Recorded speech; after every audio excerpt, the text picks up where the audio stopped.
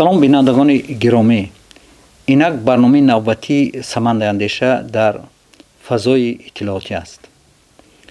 وحدت و صلح ثبات دستاوردهایی می باشند که ما ارزش آنها را نه کمتر از ارزش استقلال دولتی می دانیم، زیرا محض وحدت عامل ثبات جامعه است و وحدت عامل تحکیم دولتداری ملی ما می باشد. اگر ما وحدت نمی داشتیم، ما به این روز سعادت نمی رسیدیم. ما در اطراف روز وحدت ملی صحبت داریم با مورخ، نامزد علم‌های تاریخ، دیرکتور مرکز آموزش آثار پیشوای ملت جمال الدین شریف‌زاده. شما را با استودیو خیر مقدم میگویم. سلام باشید. نخست میخواستم درباره انمی مفهوم وحدت و راه‌های رسیدن به وحدت صحبت را آغاز میکردیم. واقعا وحدت و این وحدت ملی نادرترین پدیده برای هر یک خلق، برای هر یک جامعه انسانی محسوب می‌شود، چون که وحدت کفالت اساسی عملی شوی تمام هدف‌ها و زندگی شایسته جامعه محسوب می‌شود. البته وحدت ملی است، قومی است، وحدت جمعیتی است، وحدت نژادی است، وحدت منطقوی است، وحدت یعنی یکشان شکل‌های وحدت وجود دارد و در مجموع تجربه انسانیت ثابت کرده است که از همه پدیده نادرترین این وحدت ملی است. یعنی وحدتی که یک ملت را به هم آورده است، وحدتی که یک ملت را بهر رسیدن به زندگی شایسته، رسیدن به تمام هدف‌ها و آرمان‌ها به هم می‌آورد و از یک گریبان با یک مقصد، با یک هدف ملت تلاش می‌کند، زحمت می‌کشد. و واقعاً تحلیل تجربه تاریخی ملت کهن‌بنیاد و تمدن‌آفر تاجیک نشان می‌دهد که گرانترین ارزش برای این ملت، برای این خلق کهن‌بنیاد وحدت به شمار می‌رفت، چون که وحدت امکان می‌داد در مرحله‌های مختلف تاریخی که ما از نمون ظلم و اسارت و سیاست غاصبانه و استثمارگرانه اجنبیان آزاد باشیم و کفالت استقلال، صاحب اختیاری و عملی شدن تمام هدف‌های خود را تامین کرده باشیم. بنابراین تجربه دوران صاحب استقلالی دولتی نیز نشان داد که وحدت یگانه راه رسیدن به تمام هدف‌ها است. البته وحدت در ردیف استقلال، در ردیف آزادی ارزشی است که اهمیت و ضرورت خود را در جامعه دارد. بنابراین امروز اگر ما با جامعه جهانی و با گذشت انسانیت نظر افکنیم، همون خلقی که وحدت دارد، همون خلقی که یک دل است، همون خلقی که متحد است، البته در اونجا جامعه باثبات است، البته در اونجا زندگی شایسته است، البته در اونجا پیشروی است، شکوفایی است، انسان دوستی است، دیگر پدیده‌های مثبت و پدیده‌های گران ارزش برای جامعه انسانی مشاهده می شود. بنابراین استقلال برای هر یک ملت دولت آخری کار نیست. البته حفظ کردن استقلال، حفظ کردن صاحب اختیاری این وظیفه دیگر است، این یک مرحله دیگر است که از تفکر و از معنویات و از همون اندیشه هر یک ملت منشأ میگیرد. بنابراین تجربه خود ملت تاجیک و دیگر خلق‌هایی که با ماجراهای سیاسی در دوران به استقلال رسیدن روبرو شدند، بار دیگر ثابت کرد که استقلال دولتی، استقلال ملی به وحدت ملی استوار نیست. به وحدت ملی امکان نمی‌دهد که هدف‌های ملی، هدف‌های جامعه شهروندی عملی شوند. امروز ما کشورهای زیادی را می‌دانیم، امروز ما دولت‌های زیادی را می‌دانیم که استقلال دارند، استقلال ملی است، در اونجا استقلال دولتی است، یعنی در مجموع استقلال سیاسی دارند.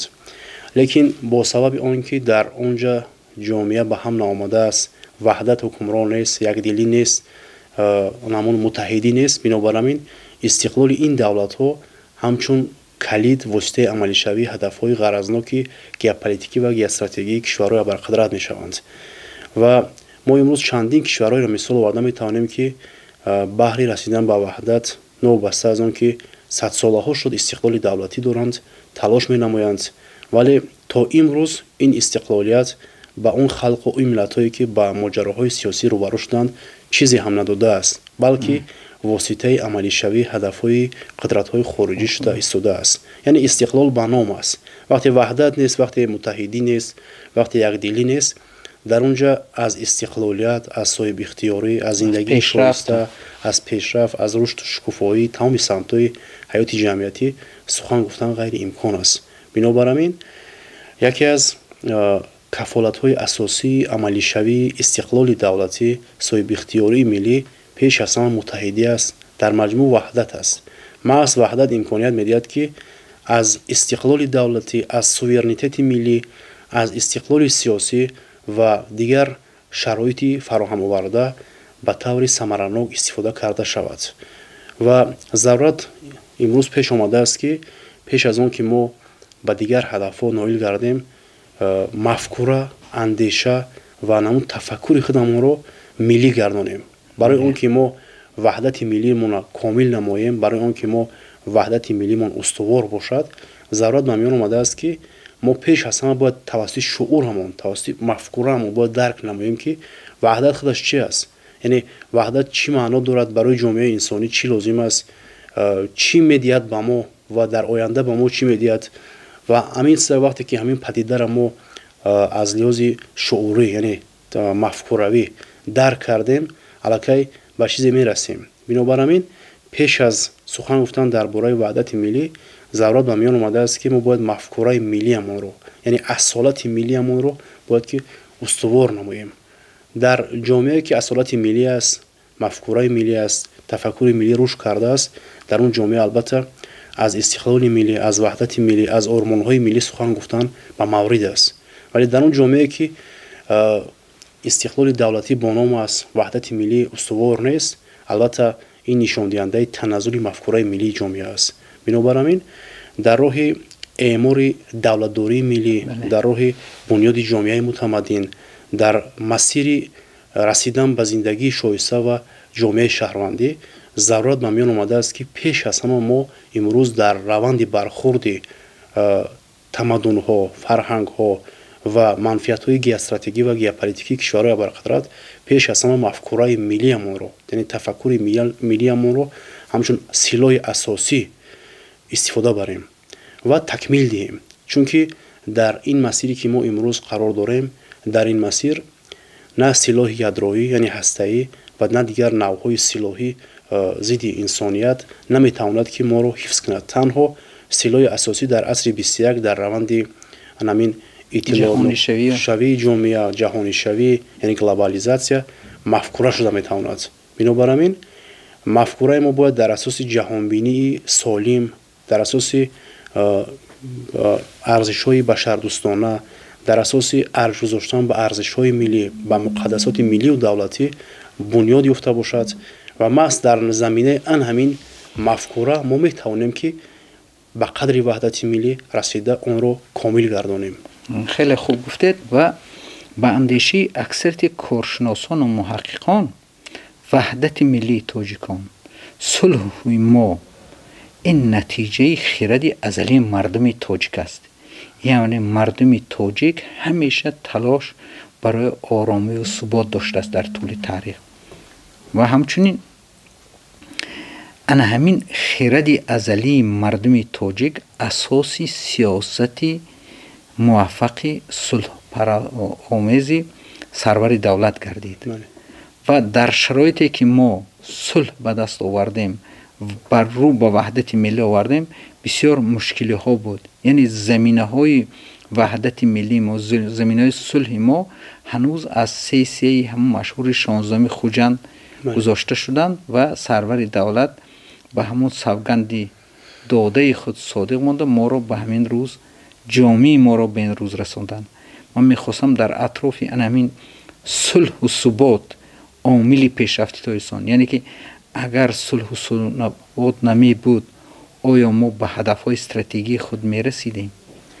оё агар сулҳу субот намебуд, мо метавонистем имрӯз тоҷикистонро ҳамчун як кишвари мутамаддин дар ҷомеаи ҷаҳонӣ муаррифӣ созем? ва барои ҳамин сулҳу субот аҳли зиё бояд чӣ кор кунад?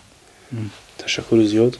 воқеан заминаи амалишавии тамоми ҳадафҳои стратегии тоҷикистон ва ҷомеаи тоҷикистон дар муддати начандон дарози таърихӣ, яъне кӯтоҳ, дар муддати 27 сол пеш аз ҳама ҳамин ваҳдати миллӣ аст.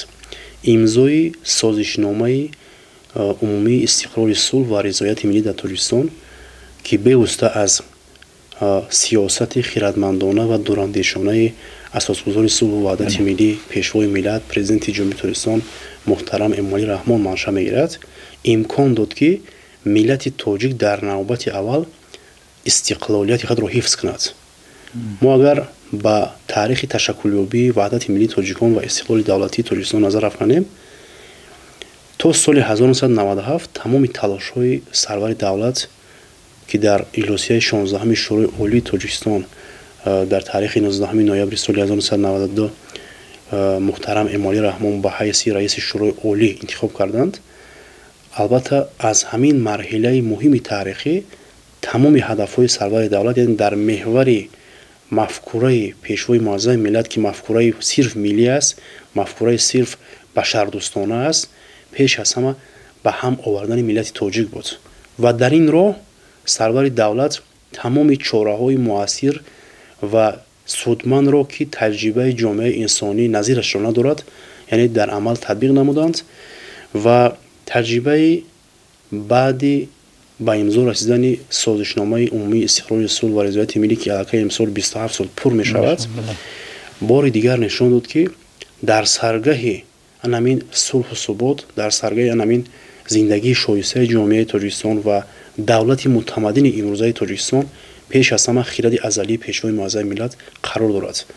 ва маҳз анамин иҷлосияи 16-ами шӯрои олӣ ба миллати тоҷик бори дигар умр бахшед, бори дигар имкон дод ки дар роҳи ҳифзи истиқлоли давлатӣ, дар роҳи ҳифзи якпорчагии давлат, дар роҳи анамон муттаҳидии миллат ва сарҷамъиву бақои миллат дар дарозои ояндаи таърих анамон фарзанди фарзонаи миллати тоҷик Эмомалӣ Раҳмонро кашф намояд. Яъне ин иҷлосия кашофи як чеҳраи мондагори миллат гардид ки миллатро аз вартаи ҳалокат, давлатро аз вартаи парокандашавӣ наҷот бахшид.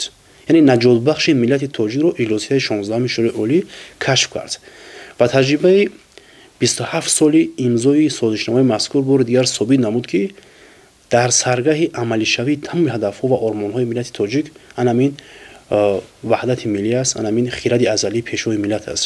чунки мо ҳарчанд ки соли 1991 ба истиқлоли давлатӣ расидем, вале то соли 97 тамоми талошҳо, тамоми кору пайкори сарвари давлат ва ҳукумати Тоҷикистон баҳри расидан ба ваҳдати миллӣ буд. яъне ваҳдат кафолат бахшид ки истиқлоли давлатии мо ҳифз карда шавад. ваҳдат кафолат бахшид ки ҷомеаи мо аз ҷанги шаҳрвандӣ, аз ҷанги таҳмилии шаҳрвандӣ рӯ ба ҷомеаи орому босубот биёрад. яъне ваҳдат имкон фароҳам овард ки Тоҷикистон дар сатҳи байналмилалӣ ҳамчун давлати мутамаддин ва демокративу дунявӣ эътироф карда шавад. маҳз ваҳдат имкон дод ки аввал яъне мушкилоти дохилии Тоҷикистон бо роҳбарии пешвои муаззами миллат ҳаллу фасл карда шавад ва баъдан Тоҷикистон ҳамчун давлати соҳибистиқлол, ҳамчун давлати мутамаддин ва давлате ки ба ҳуқуқу озодиҳои инсон арҷ мегузорад эътироф карда шавад ва боварии ҷомеаи ҷаҳонӣ ба Тоҷикистон зиёд гардад. яъне ваҳдату оромиву сулҳу суботи Тоҷикистон, амнияти ҷомеаи Тоҷикистон имкон фароҳам овард ки кишварҳои зиёд, созмонҳои байналхалқиву минтақавӣ бо мо муносибатҳои судманду ҳадафнокро дар амал татбиқ намоянд ва анамин муносибатҳо, анамин ҳамдигарфаҳмӣ, анамин талошҳо, анамин хиради азалии пешвои миллат муҳтарам Эмомалӣ Раҳмон боис шуд ки дар муддати на чандон зиёди таърихӣ мо аксаран ба ҳадафҳои худ расем. яъне аз як давлати ҷангзада, аз як давлате ки аллакай ба як маркази моҷарои сиёсӣ на танҳо минтақа балки ҷаҳон табдил ёфта буд, мо ба як давлати мутамаддин, ба як давлати дунявӣ ва демократие ки ташаббускор имрӯз чандин ташаббусҳои сарвари давлати мо ки дар сатҳи байналхалқӣ чӣ дар мубориза бар муқобили терроризм, экстремизм ва дигар пайдоҳои номаҳдум ва чӣ дар таъмин намудани анамон оби нӯшокӣ ва ҳифзи иқлиму ҳифзи анамин табиати масъалаи экологӣ, гардиши ғайриқонунии маводи мухаддир, мусаллаҳшавӣ бо шитоб, яъне ки мавзӯъҳои хеле зиёд ҳастанд ки Тоҷикистон ҳамчун як кишвари ташаббускор барои ҳалли ҳамин мушкилот иқдом намудааст ва ҷомеаи ҷаҳонӣ онҳоро دستگیری کرده است. امروز شما طور یادآور شدید بسیاری از کشورها آرزوی آرامی و ثبات دارند. در اکثریت منطقه های عالم امروز آتش جنگ، آتش مناقشه های قومی، دینی و ملی ادامه دارد. هر روز ده ها صدها آدمان را به کام خود میکشد. گذشته از این انسان با دست خودش خیلی از مشکلات را برای خود انسانیت ایجاد کرده است، از جمله انمی مسلح شوی با شتاب.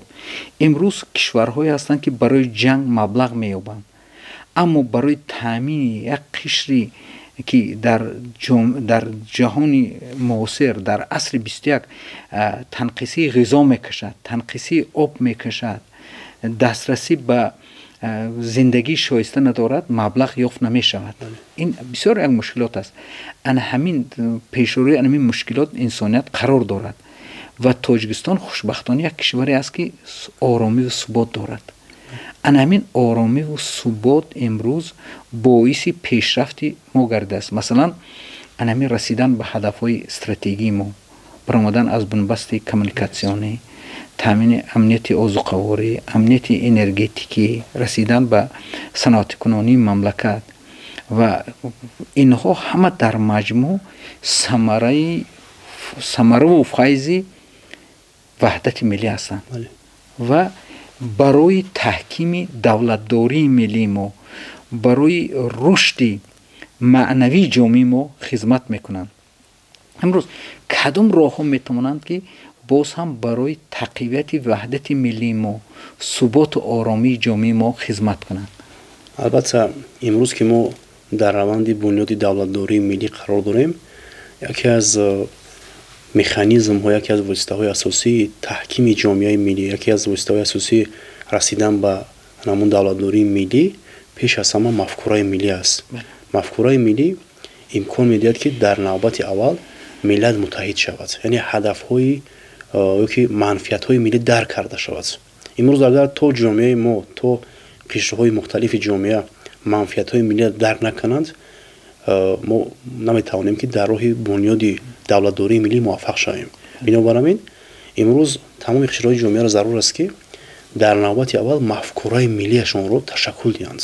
امروز یکی از سوالایی که شما امروز یکی از مسائلی که مطرح کردید، این وظیفه اساسی قشر زیایی جامعه است.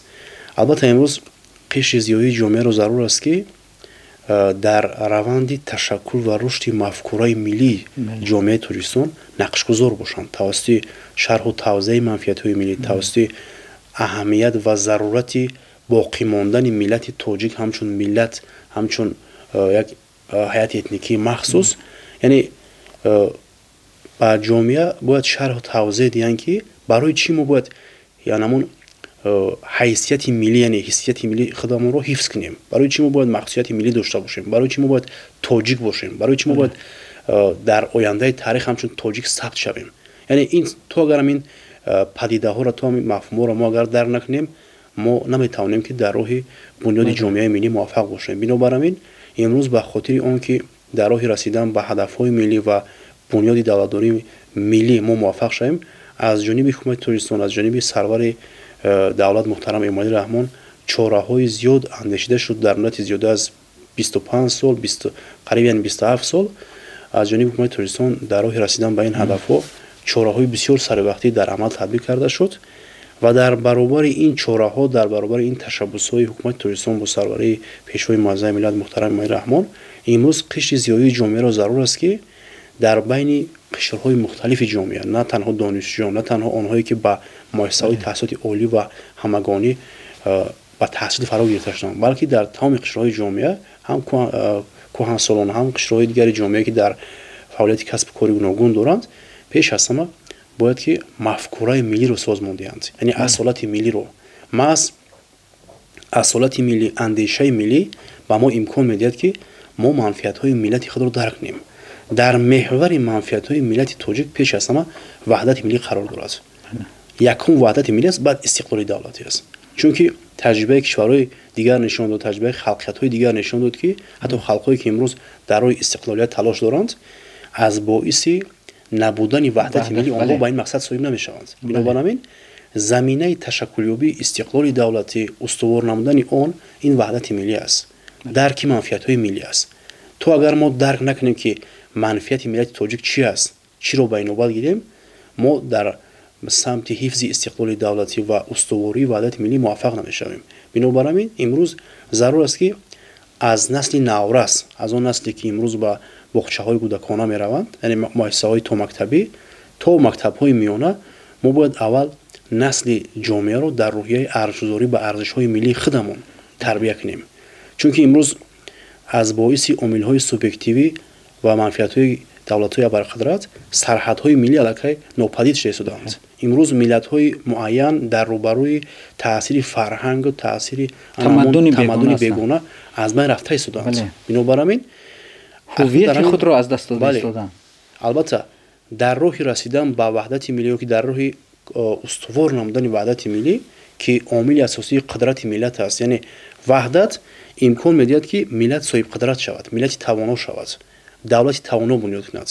تو اگر ما درک نکنیم که وحدت به ما چی میدهد، تو اگر ما منفیت های ملت خود را درک نکنیم، ما در این راه موفق نمیشویم. بنابراین ما باید وحدت رو کلید اساسی عملی شوی تمام هدفهای خود استفاده کنیم، همچون یک مکانیزمی که تمام هدفهای ما توسط همین وحدت، توسط همین رسیدن به همگرایی، توسط استقلال دولتی حفظ کرده می شود.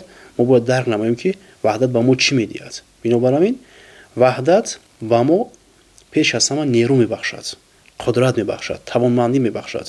ما نه تنها ملت تاثیرپذیر میشویم، از تاثیرپذیری امین میشویم، یعنی امنیت ملی خود رو تامین میکنیم، بلکه تاثیررسان میشویم. یعنی در منطقه جایگاه خودمون رو در جهان جایگاه خودمون رو استوار میکنیم توسط همدیگر فهمی وحدت ملی، مفکوره ملی ما. یعنی قدرت ملت امروز در مفکوره او است. سلاح اساسی عصر 21 این مفکوره است، تفکر است، اندیشه است، جهانبینی است. و در همین روند ما رو ضرور است که همین اندیشه و تفکر و جهانبینی خود رو با منفیت‌های ملی مطابق سازیم و اندیشه ملی خود رو از هر گونه اندیشه‌های مثلا رادیکالی چور کنیم، امین نگاه داریم. در مد اول ما باید تفکر ملی ما رو بالا برداریم. بنابراین در امروز در شرایط فعلی ما رو ضرور است که اول ارزش‌های ملی مون رو حفظ کنیم. و در محور ارزش‌های ملی ما وحدت ملی است که از مفکوره ملی ما و شما منشأ میگیرد و وابستگی خیلی زیاد دارد. بنابراین ضرور است که طفلی که نو از عائله به جامعه وارد می شود، ما همون را باید در روحیه ملی آماده کنیم. در روحیه ارزش‌گذاری به زبان و فرهنگ بیگانه نه، در روحیه افتخار از وطن، از تاجیکیت، افتخار از ملت خود، یعنی افتخار از تاجیک بودن تربیت کنیم. چون که هر یک نسل ما وقتی به جامعه وارد می شود، اگر ما خواهیم که جامعه ملی شود، اگر ما خواهیم که مفکوره ملی در جامعه غالب شود، ما رو ضرور است که از عائله همین کار آغاز کنیم. در برابر زیایی، در برابر خشای زیایی، امروز پدر و مادر رو هم ضرور است که در روند تشکل اندیشه ملی، افکار ملی و مفکوره ملی سهمگذار باشند. چون که ریشه از عائله میگیرد تفکر ملی و بعد در جامعه اون رشد می‌یابد، مکمل می‌شود.